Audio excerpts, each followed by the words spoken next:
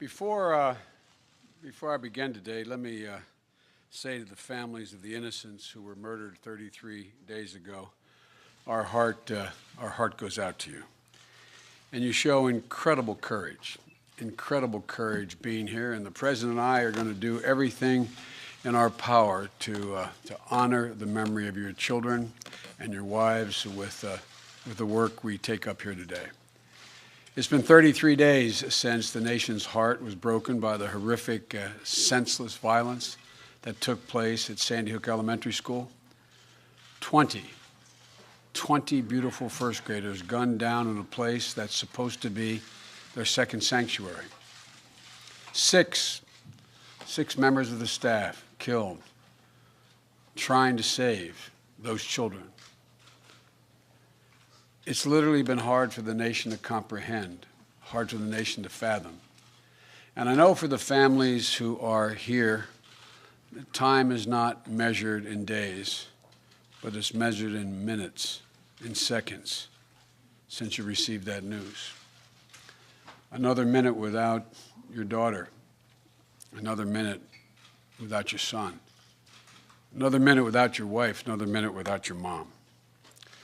I want to personally thank Chris and Lynn McDonald, who lost a beautiful daughter, Grace, and the other parents who I had a chance to speak to for their suggestions and for, again, just for the courage of all of you to be here today. I admire the grace and the resolve that you all are showing. And I must say, I've been deeply affected by your faith as well. And the President and I are going to do everything to try to match the resolve you've demonstrated. No one can know for certain if this senseless act could have been prevented, but we all know we have a moral obligation to do everything in our power to diminish the prospect that something like this could happen again.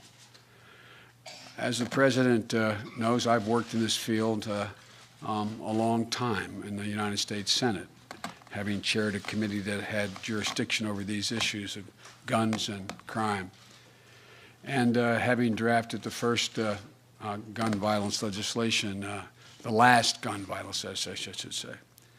And I have no illusions about what we're up against, or how hard the task is in front of us. But I also have never seen the nation's conscience so shaken by what happened at Sandy Hook.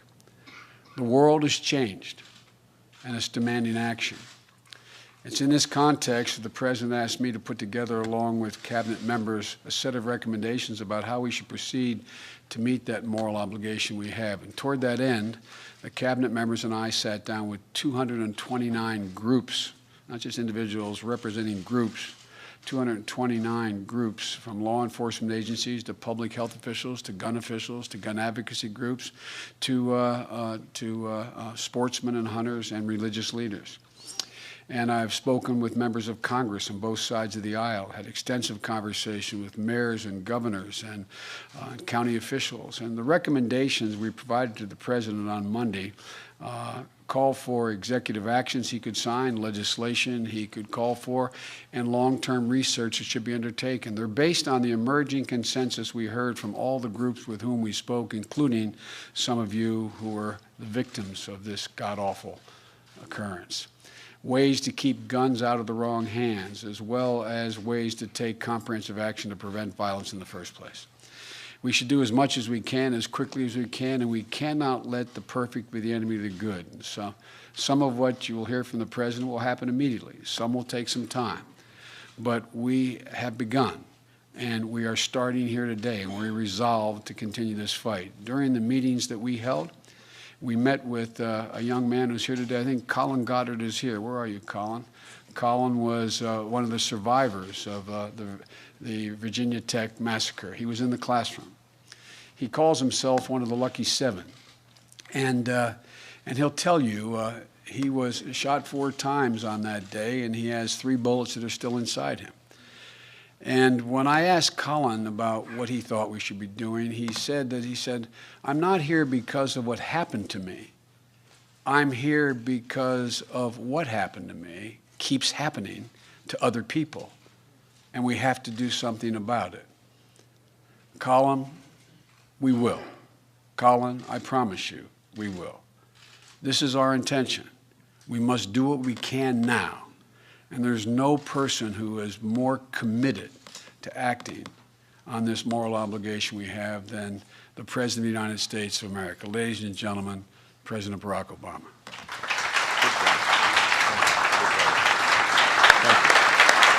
Thank you. Thank you. Thank you so much. Thank you, everybody. Please have a seat. Good afternoon, everybody. Let me begin by thanking our Vice President, Joe Biden, for your dedication, Joe, to this issue, for bringing so many different voices to the table, because while reducing gun violence is a complicated challenge, protecting our children from harm shouldn't be a divisive one. Over the month since the tragedy in Newtown, we've heard from so many, and obviously none have affected us more than the families of those gorgeous children and their teachers and guardians who were lost. And so we're grateful to all of you for taking the time to be here and recognizing that we honor their memories, in part by doing everything we can to prevent this from happening again. But we also heard from some unexpected people. In particular, I started getting a lot of letters from kids.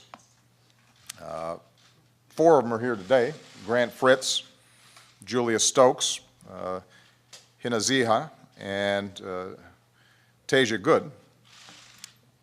They're pretty representative of some of the messages that I got. These are some pretty smart letters from some pretty smart young people. Hina, a 3rd grader. You can go ahead and wave, Hina. That's you.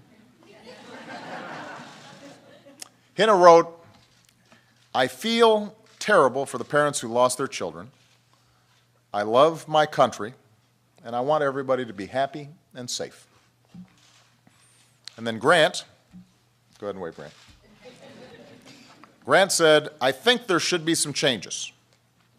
We should learn from what happened at Sandy Hook. I feel really bad." And then Julia said, Julia, where are you? There you go. "I'm not scared for my safety, I'm scared for others. I have 4 brothers and sisters, and I know I would not be able to bear the thought of losing any of them." And these are our kids. This is what they're thinking about.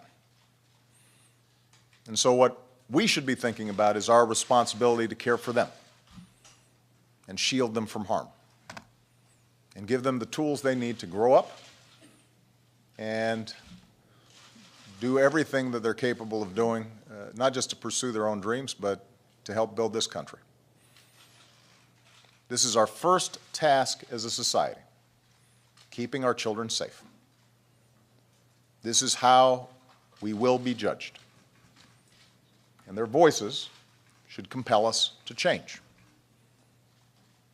And that's why last month I asked Joe to lead an effort, along with members of my cabinet, to come up with some concrete steps we can take right now to keep our children safe, to help prevent mass shootings, to reduce the broader epidemic of gun violence in this country. And we can't put this off any longer. Just last Thursday, as TV networks were covering one of Joe's meetings on this topic, news broke of another school shooting, this one in California. In the month since 20 precious children and 6 brave adults were violently taken from us at Sandy Hook Elementary, more than 900 of our fellow Americans have reportedly died at the end of a gun. 900 in the past month.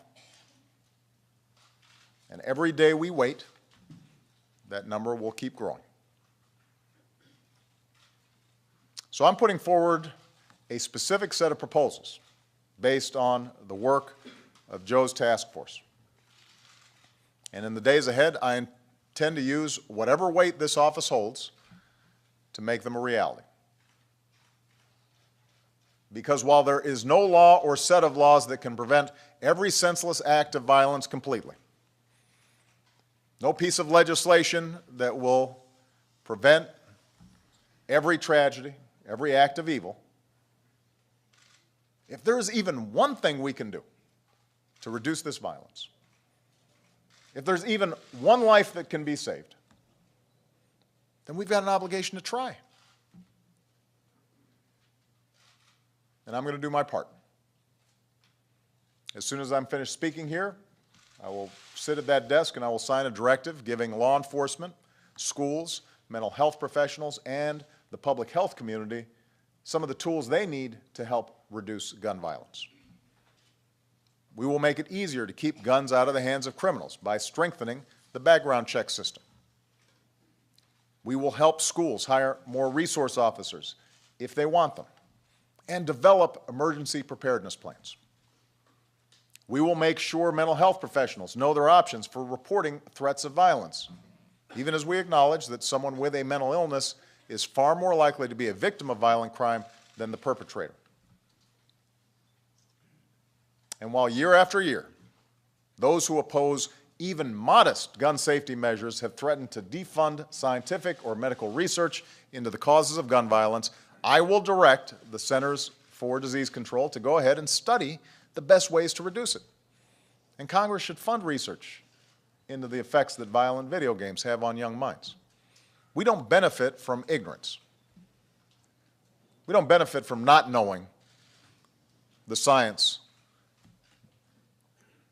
of this epidemic of violence.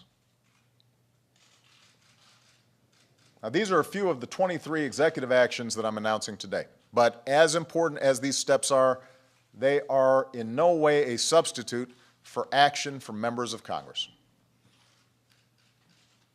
To make a real and lasting difference, Congress too must act. And Congress must act soon. And I'm calling on Congress to pass some very specific proposals right away. First, it's time for Congress to require a universal background check for anyone trying to buy a gun.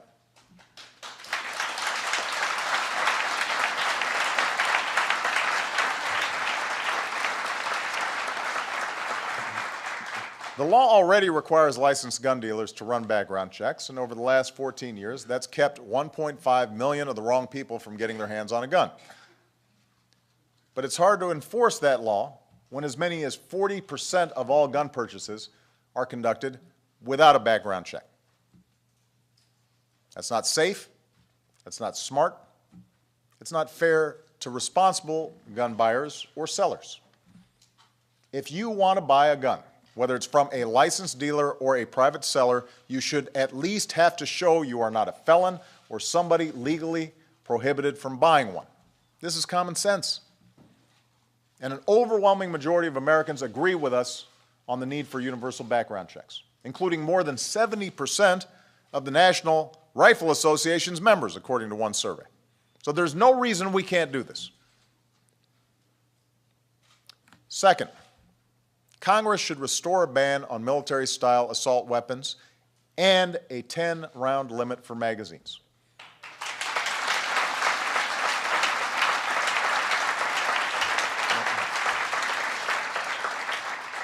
The type of assault rifle used in Aurora, for example, when paired with high-capacity magazines, has one purpose: to pump out as many bullets as possible, as quickly as possible, to do as much damage, using bullets often designed to inflict maximum damage.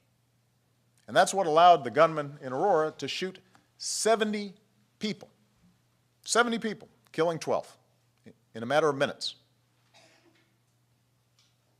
Weapons designed for the theater of war have no place in a movie theater. A majority of Americans agree with us on this. And by the way, so did Ronald Reagan, one of the staunchest defenders of the Second Amendment, who wrote to Congress in 1994 urging them, this is Ronald Reagan speaking, urging them to listen to the American public and to the law enforcement community and support a ban on the further manufacture of military-style assault weapons.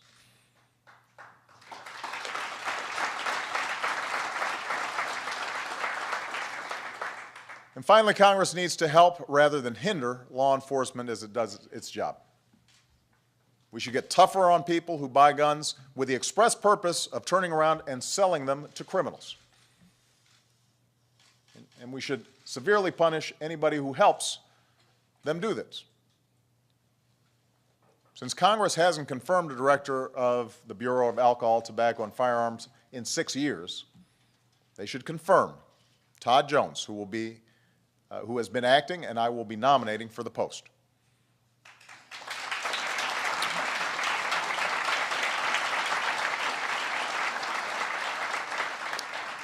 And at a time when budget cuts are forcing many communities to reduce their police force, we should put more cops back on the job and back on our streets. Now, let me be absolutely clear. Like most Americans, I believe the Second Amendment guarantees an individual right to bear arms. I respect our strong tradition of gun ownership and the rights of hunters and sportsmen. There are millions of responsible, law-abiding gun owners in America who cherish their right to bear arms for hunting or sport or protection or collection.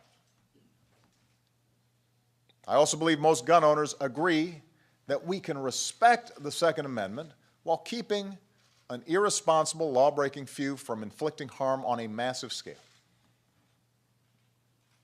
I believe most of them agree that if America worked harder to keep guns out of the hands of dangerous people, there would be fewer atrocities like the one that occurred in Newtown. That's what these reforms are designed to do. They're common sense measures.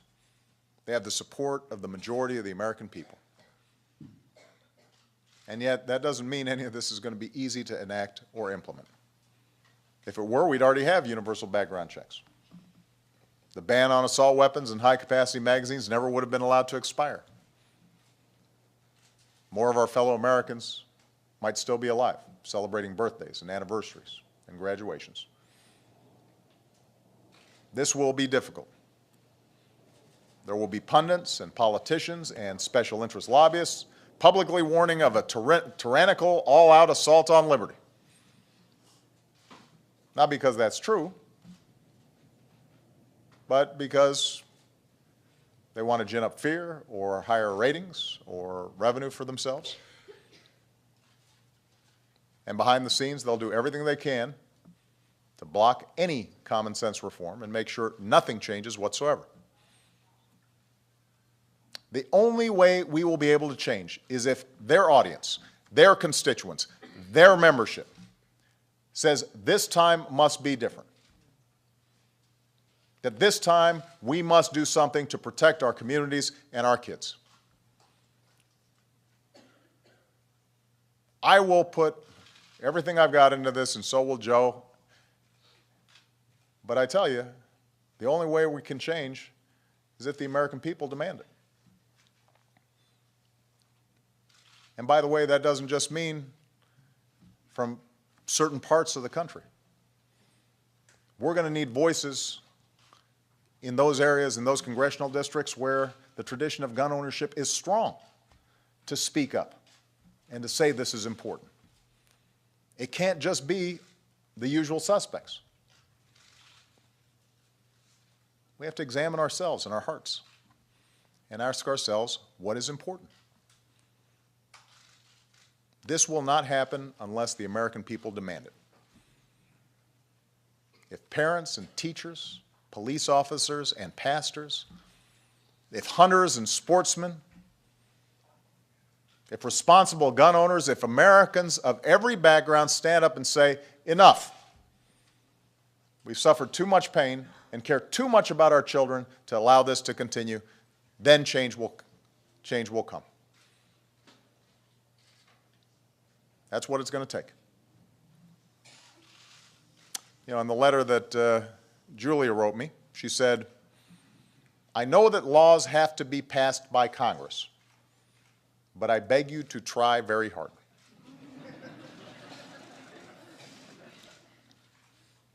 Julia, I will try very hard. But she's right. The most important changes we can make depend on congressional action. They need to bring these proposals up for a vote, and the American people need to make sure that they do. Get them on record. Ask your member of Congress if they support universal background checks to keep guns out of the wrong hands. Ask them if they support renewing a ban on military-style assault weapons and high-capacity magazines. And if they say no, ask them why not. Ask them what's more important. Doing whatever it takes to get a A grade from the gun lobby that funds their campaigns, or giving parents some peace of mind when they drop their child off for first grade.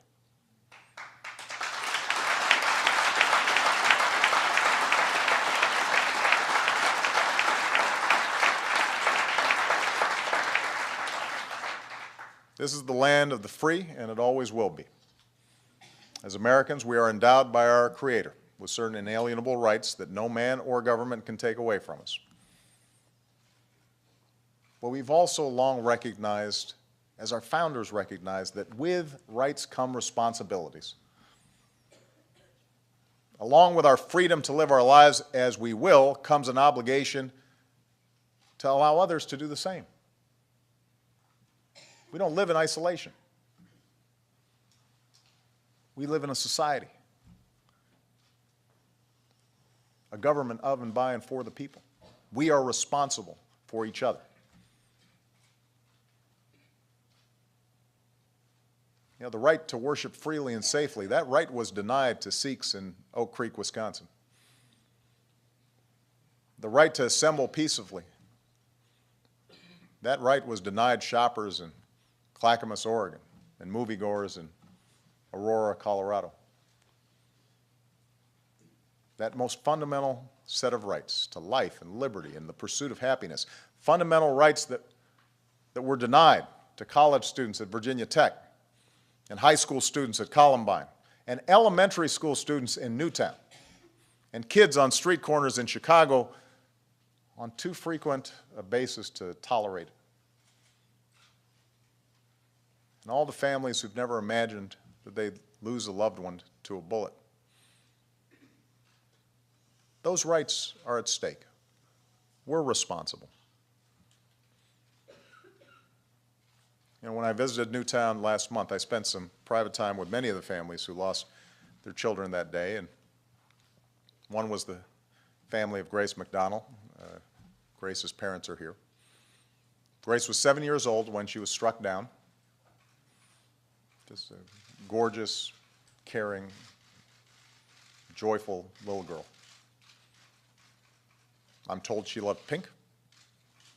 She loved the beach. She dreamed of becoming a painter. And so just before I left, Chris, her father, gave me one of her paintings. And I hung it in my private study just off the Oval Office. And every time I look at that painting, I think about Grace. And I think about the life that she lived and the life that lay ahead of her. And most of all, I think about how, when it comes to protecting the most vulnerable among us, we must act now. For Grace. For the 25 other innocent children and devoted educators who had so much left to give. For the men and women in big cities and small towns who fall victim to senseless violence each and every day. For all the Americans who are counting on us to keep them safe from harm. Let's do the right thing. Let's do the right thing for them and for this country that we love so much. Thank you. I'm going to sign these orders.